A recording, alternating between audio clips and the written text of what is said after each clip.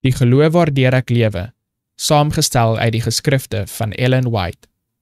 Gebed vir die siekes. Bely mekaar julle misdade en bid vir mekaar, sodat julle gesond kan word. Die vurige gebed van 'n regverdige het groot krag. Jakobus hoofstuk 5 vers 16.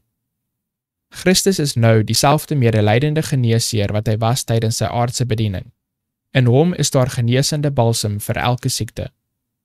Waarom is dit dat mense so onwillig is om hom te vertrou wat die mens geskape het en wat deur 'n aanraking, 'n woord, 'n kyk, alle soorte siektes kan genees?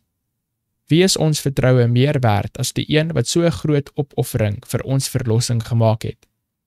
Ons Here het ons deur die apostel Jakobus definitiewe instruksies gegee oor ons plig in geval van siekte.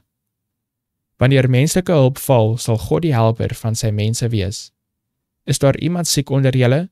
Laat hom die ouderlinge van die gemeente inroep, en laat hulle oor hom bid nadat hulle hom in die naam van die Here met olie gesalf het. En die gebed van die geloof sal die kranke red, en die Here sal hom oprig. Jakobus hoofstuk 5, verse 14 en 15.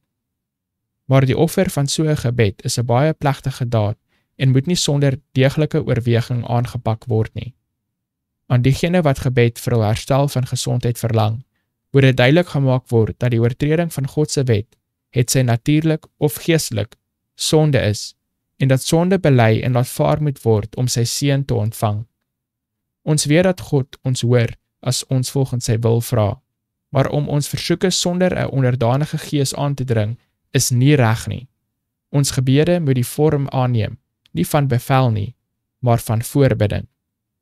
Daar is gevalle waar God beslis deur sy goddelike krag werk in die herstel van gesondheid, maar nie al die siekes word genees nie. Baie word in Jesus neergelê om te slaap. Ons begeertes en belangstellings moet verlore gaan in sy wil. Hierdie ervarings wat geloof toets, is tot ons voordeel. Geloof word versterk deur oefening. Ons moet geduld sy volmaakte werk laat hê, en onthou dat daar kosbare beloftes in die skrif is vir diegene wat op die Here wag.